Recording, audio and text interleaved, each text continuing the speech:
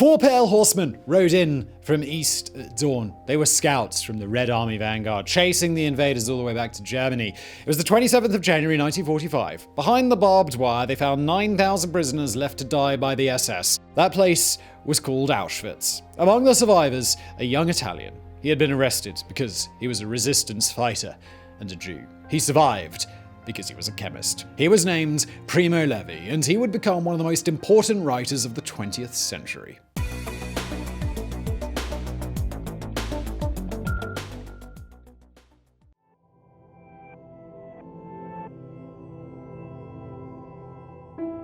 Primo Levi was born in Turin, northern Italy, on the 31st of July 1919 to Jewish parents, Ester and Cesare. Primo inherited from Cesare a love for reading, for science, for exploring the whys of life. But as he entered puberty, the studious and introverted Primo found himself in conflict with his more outgoing father. Cesare encouraged his son to drink, smoke, go out with girls. But Primo preferred to perform his first chemical experiments in a friend's makeshift laboratory. Chemistry had become his own way of expressing an early teenage rebellion. His belief was that science could lead to a deeper understanding of life and the universe. Moreover, Primo felt a political dissonance inside his growing fascination with chemistry, a rational approach contrasted against the irrational soul of the growing fascist momentum all around him. One of fascism's slogans at the time was "Believe, obey, fight." But Primo was not too keen on believing without understanding first. As for the other two, well, like all his schoolmates, Primo had to obey and fight in the training drills of the fascist party's youth organizations. At this stage, the mid-1930s, Mussolini had not yet adopted racial laws. At the time, many Jews were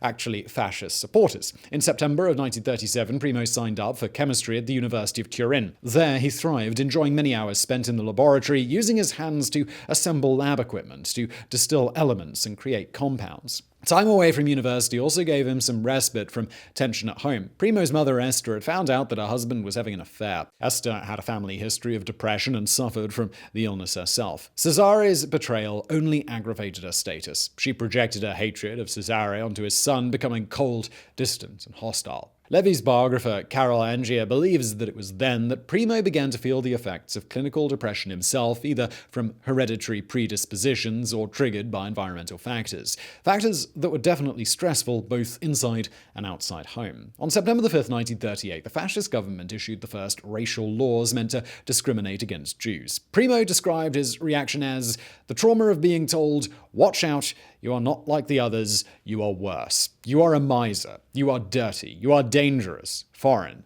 untrustworthy." Primo was never openly ostracized at university, but he did endure some isolation. One of the few students who did not avoid him was one Sandro Delmastro. Sandro, athletic but not academically inclined, was tutored by Primo. In exchange, his friend introduced him to mountaineering. Primo was small and scrawny, but with Sandro's coaching, he was able to withstand a grueling routine after just a few months. The two would cycle from Turin to the nearby Alps, climb steep mountainsides almost barehanded, and then cycle back at night. During weekends, they camped in the freezing cold on snow-covered mountaintops. Soon, World War II had begun. Darkness was encroaching. Primo called it the Night of Europe. As the lights went out in the minds of many Europeans, Primo realized that Sandro was training him for a future made of iron.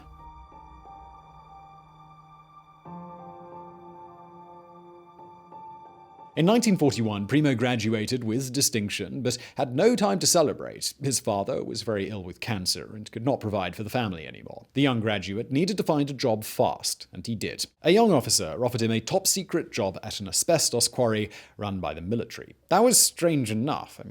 The army employing a Jew? The lieutenant informed him that his job was not strictly official. His duty was to synthesize nickel from the quarry's waste material, a job which may have been an army experiment or simply a side gig set up by the officer. Nonetheless, Primo accepted the job, adopting a false identity and never revealing his religious affiliation. Primo proved his worth by working out an innovative process to extract nickel, a triumph soon dampened when he realized that the nickel could benefit the Axis militaries. In any case, Primo's superiors found his process too expensive and shut down the lab. Primo left the quarry and accepted another job in Milan, this time with a Swiss pharmaceutical firm. Once again, the job was top secret, and he was instructed not to reveal his identity or his religion. His boss, Director Martini, needed a chemist to isolate phosphorus from flowers in order to produce an oral treatment for diabetes. While Martini was busy fooling around with his secretary, Primo did his best on the job, enjoying the company of Giulia, a university friend. Primo and Giulia spent more and more time together. Alas, much like the noble gases, Giulia had no intention of establishing a bond, chemical or otherwise, with Primo. Firmly friend-zoned by his co-worker, Primo started hanging out with a group of young Jewish men and women in Milan. In November of 1942, the Allies landed in North Africa. This gave Primo and his friends some hope that the fascist regime would soon be toppled, and they joined the budding resistance movement in northern Italy. On July 9, 1943, the Allies landed in Sicily. On the 25th, Mussolini was deposed by his own Grand Council of Fascism and later arrested by King Victor Emmanuel III. Primo's underground activity intensified, working as a liaison agent against several factions within the resistance. On the 8th of September, new Prime Minister Marshal Badoglio announced that an armistice had been signed with the Allies. The Germans were taken by surprise, but quickly occupied northern and central Italy, establishing a new puppet state. The situation was now highly dangerous for Jews. Primo left Milan for the Alps, where he joined a partisan unit consisting of 11 fighters. Amateurish, untrained, and badly equipped, they were marred by distrust among disparate factions. It seemed that Primo's unit was involved in the execution of a supposed infiltrator, although he never offered much in the way of details. In December of 1943, the rookie partisans welcomed into their ranks an experienced fighter who organized extensive firearm drills. This increased their skills and confidence, but left them with little ammunition, which was used up during training. Their lack of ammo became fatal when the fascist militia showed up on December the 13th, and Primo and his comrades could not fight back. 8 partisans managed to escape, but Primo and 2 companions were arrested. It was little surprise when those who were captured discovered the identity of their interrogator. It was that same experienced instructor who was actually a fascist spy. After a long interrogation, Primo admitted to being a Jew, partly out of fatigue, but partly out of a surge of haughty pride. He was deported to the concentration camp of Fossoli. This ended his short partisan career. Later, he learned that his rock-climbing friend Sandro had joined the resistance. His career had also been cut short, not by capture, but by the bursts of a Tommy gun shot by a 15-year-old blackshirt. While at Fossoli, Primo was generally treated well, but in February of 1944, the SS took over the camp. One day, the Jewish prisoners were suddenly told to get ready to be moved to a new camp the following day. Primo and the others had only a single night to prepare for the relocation, one brief, exquisite night they wished would never end. But as he would eventually write, dawn came upon them like a betrayer. 650 men, women, and children were transferred to the train station. Primo noticed the name of their destination scrawled on a sign. It sounded like Austerlitz, but it wasn't. The convoy was headed to Europe's heart of darkness, Auschwitz.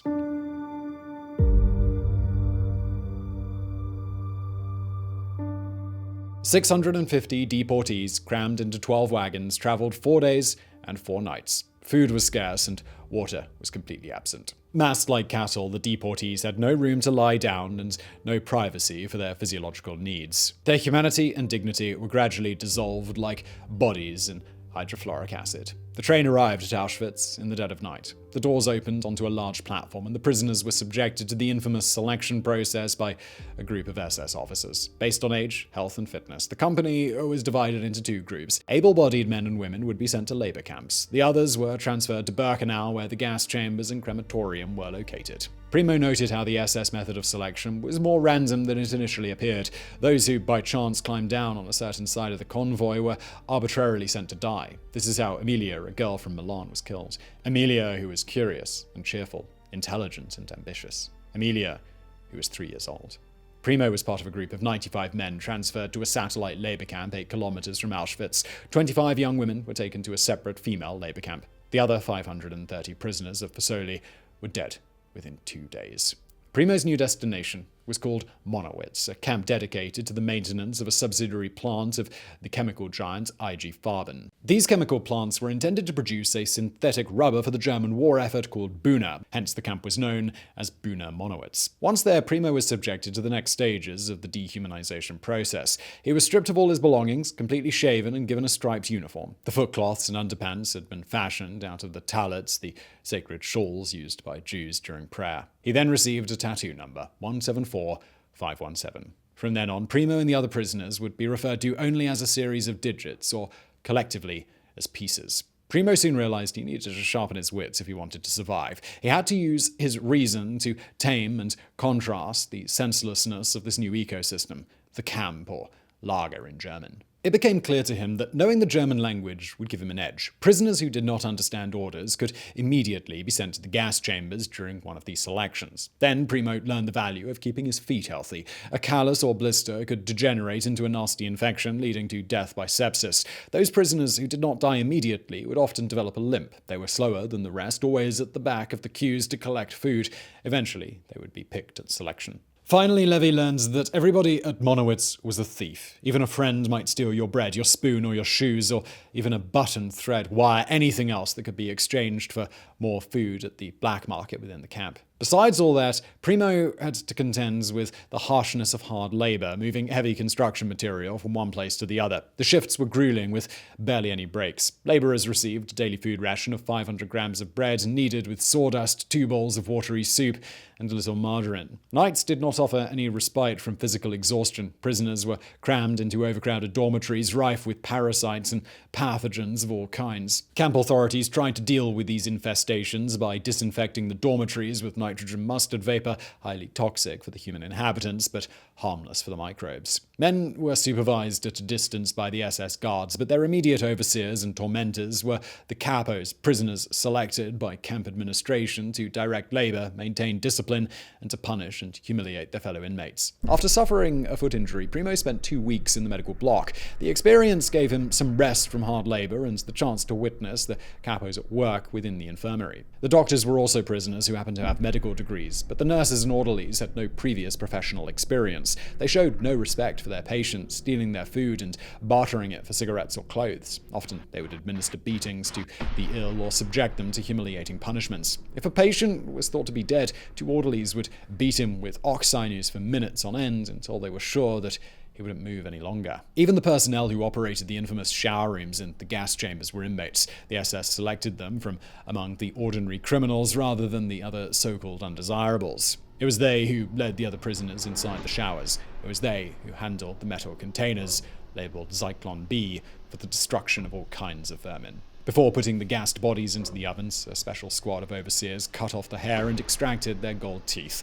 The ashes were then scattered in fields and gardens as a fertilizer for the soil.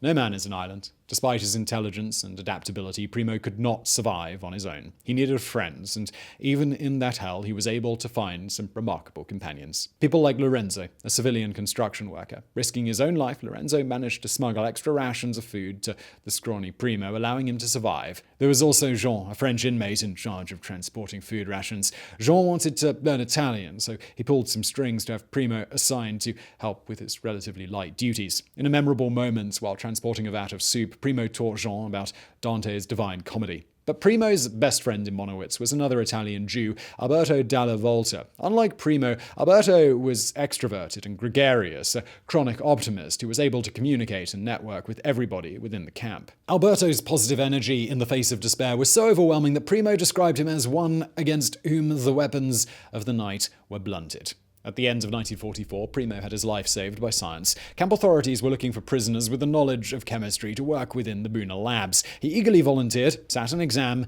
and was accepted for the role. It was still slave labor, but one that could be carried out indoors rather than in the violent Polish winter. Primo was under strict supervision, but managed to carry out small acts of sabotage. Not that they were needed. Constantly harassed by Soviet bombing raids, the Buna plant never produced a single gram of synthetic rubber. When the air raid sirens blasted, German supervisors rushed to the shelters, while Primo and the other prisoners were left in the lab. This gave him the chance to explore the lab, scavenging for useful loot. He even tried using lab supplies for food. He experimented by eating cotton fritters or glycerine, which were nutritious but disgusting.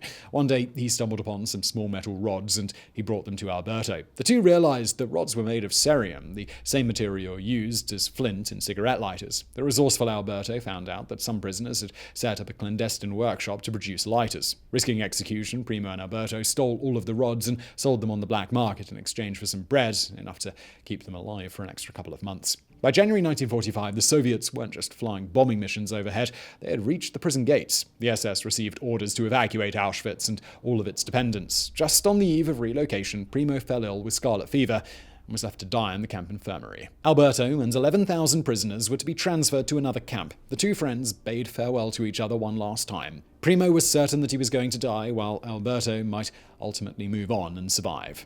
This was not the case. The few SS left at the infirmary were ordered to kill all of the patients, but they fled in a hurry as the Soviets approached. On the other hand, most of the 11,000 prisoners on the move were slaughtered in what became a death march. Alberto was one of them. In the final days in the Monowitz infirmary, Primo partially recovered. Alongside a French friend, Charles, he did his best to help the patients by scavenging food and medicines from the abandoned SS barracks. Only one of the inmates in their care died. As Primo and Charles were burying him in the snow, they met the gaze of 4 Soviet scouts on horseback. Now in the care of Russian liberators, Primo and other Italian prisoners were well treated, but it took 7 months for them to return home. Due to disorganization and a lack of working railways, Primo meandered through Poland, Ukraine, Belarus, Romania, Hungary, and Austria before finally reaching Turin. The journey was not all unpleasant. On the contrary, the Russians did their best to feed the ex-prisoners, even ensuring they had a monthly ration of 10 ounces of tobacco. The Red Army soldiers, medical personnel, and ex-prisoners also organized film nights, stage plays, and variety shows.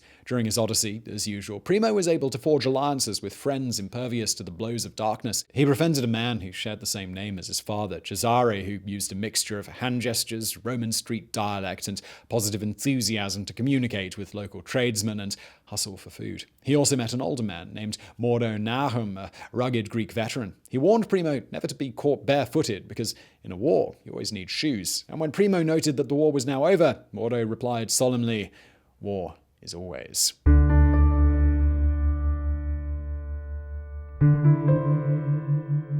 Primo reached Turin in August of 1945. His mother and sister, believing him to be dead, barely recognized him. Almost immediately upon his return, Primo felt compelled to tell his story. As is the case with many authors, writing became a kind of therapy to cope with the trauma that he had survived. His notes on the sanitary conditions at Monowitz were published in a prestigious medical journal in 1946. His account became known as the Auschwitz Report and played a huge part in shining a light on the horrific events of World War II. Primo expanded on those notes, drafting his first book, Survival in Auschwitz. In the preface, Primo warned against the dangers of irrational hatred, as it can too easily become the basis for an organized system, stating, "Many people, many nations can find themselves holding that every stranger is an enemy. This conviction lies deep down like some latent infection. It betrays itself only in random disconnected acts and does not lie at the base of a system of reason. But when the unspoken dogma becomes the major premise in a syllogism, then, at the end of the chain, there is the lager." The book in Italy, the UK, and other countries is titled If This Is a Man, after a poem authored by Primo. In it, he ponders if a human being can retain his nature even after his dignity has been trampled on. Primo himself did retain his humanity, slowly returning to life. In September of 1947, he took up a job as a chemist at Siva, a varnish factory. In December, he married his fiancée. This was Lucia Morpurgo, one of the few who would listen to his stories of the camps and who helped him edit his writings. The two had 2 children, Lorenzo in 1948 and Renzo in 1957. While working at Siva, Primo succeeded in publishing his memoirs. In 1949, a small publisher released the first edition of Survival, but with little promotion or interest behind it. It was only in 1958 that publishing giant Einaudi widely distributed it, attracting international attention. In 1963, Primo released his follow-up to Survival, known in the US as The Reawakening. This book recounts Primo's adventures while returning home after his liberation. Despite the overall positive and lighter tone, there is a dark hue. The Italian title translates as The Truce, which is probably closer to what Primo was going for. He considered the period of his adventures to be a truce between the end of World War II and the onset of the Cold War, or the brief playful interval after surviving the darkness and before readapting to society with darkness still inside. On an even more personal level, Primo may have felt that his journey was a period of peace between the cosmic horrors of the camp and the intimate struggle of his depression, which recurred in the late 1940s. As Mordo had said, war is always. In the outer world, yes, but also, perhaps within our souls. Following the success of his first books, Primo continued to write, focusing primarily on collections of short stories. Many could be classified as science fiction or fantasy. His most accomplished effort in this genre is Questior the Cantori. In it, the narrator forges a friendship with a captive centaur. The creature's rational side is usually preeminent until he falls in love with the narrator's girlfriend. Driven by passion, the animal side emerges and the centaur escapes in a frenzy of lust. Levi's most famous story collection, though, is The Periodic Table of 1975. This collection was crowned as the best scientific book ever in 2006 by the Royal Institution of Great Britain. Each story uses chemistry as a metaphor to interpret life and is titled after an element of the periodic table. For example, iron is about Primo's friendship with Sandro the rock climber, who trained him for a future made of iron. Sulfur is about an engineer at a plant who prevents a disastrous accident involving an industrial-sized boiler and a stash of sulfur. In other words, he tames a piece of chaotic machinery with his intellect. Both Sulfur and Questior the Centauri deal with a recurring theme of Levi's, the conflict between reason and chaos, and eternal struggle without a clear winner.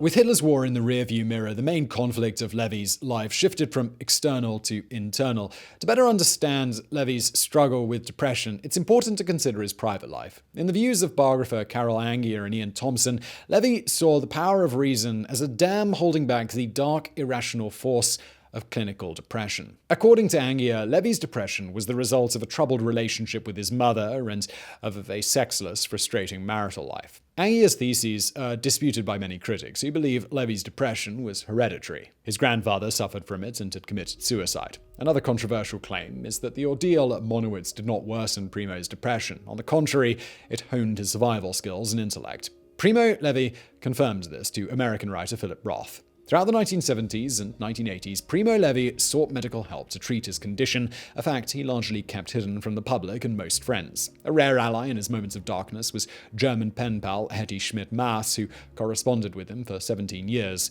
since 1966.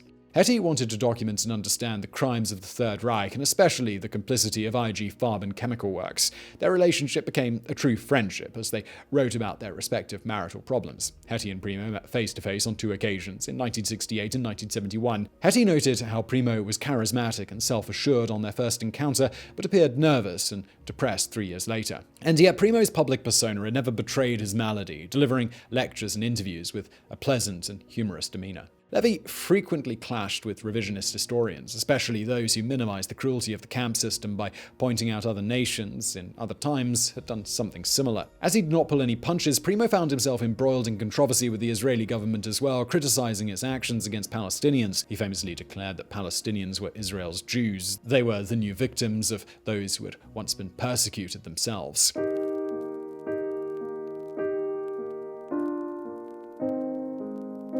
In 1983, Hety died aged 65. Her death precipitated another depressive episode for Levi. Nonetheless, he completed what would be his last major work, The Drowned and the Saved, which was published in 1986. It is a collection of essays on the themes of the camps, survival, and prisoners' collaboration with their captors. In January and February 1987, Levi met 3 times with critic and biographer Giovanni Tesio. In the interviews, Primo confirmed that he had suffered from depression as a teenager and spoke at length about his father, but was quite reticent in talking about his mother. When Tesio tried to arrange a 4th meeting, Levi declined. He was going through a dark patch. He was suffering too much. The two would never meet again. On April the 11th, 1987, Primo Levi's body was found lying at the bottom of a stairwell in the apartment block where he lived since birth. The police ruled it to be a suicide. Some biographers agree with this, blaming Primo's suicide on a major depressive episode brought on by his unresolved lifelong issues. Others believe the root of Primo's illness lies in the trauma of Auschwitz. Some dismiss the idea of suicide altogether, believing his death to be an accident. It may have been caused by dizziness and disorientation, side effects of his antidepressants. But we won't find a solution here. What matters to us and people worldwide is his legacy and his works, some of the most important living testimonies from the horrors of the Shoah. Primo Levi taught us that when the conviction that every stranger is an enemy becomes dogma, then, at the end of the chain, there is death on an industrial level. But humankind has not learned this yet. Elsewhere, in other times, other chains have been formed. And at the end of those chains, there were the gulags of Kolyma. There were Amaska, Srebrenica, and the Kazani pit, the killing fields in Cambodia and in Rwanda, Sabra and Shatila, and the list goes on. War is always and the weapons of the night are still sharp. So I really hope you found that video interesting, and thank you for watching.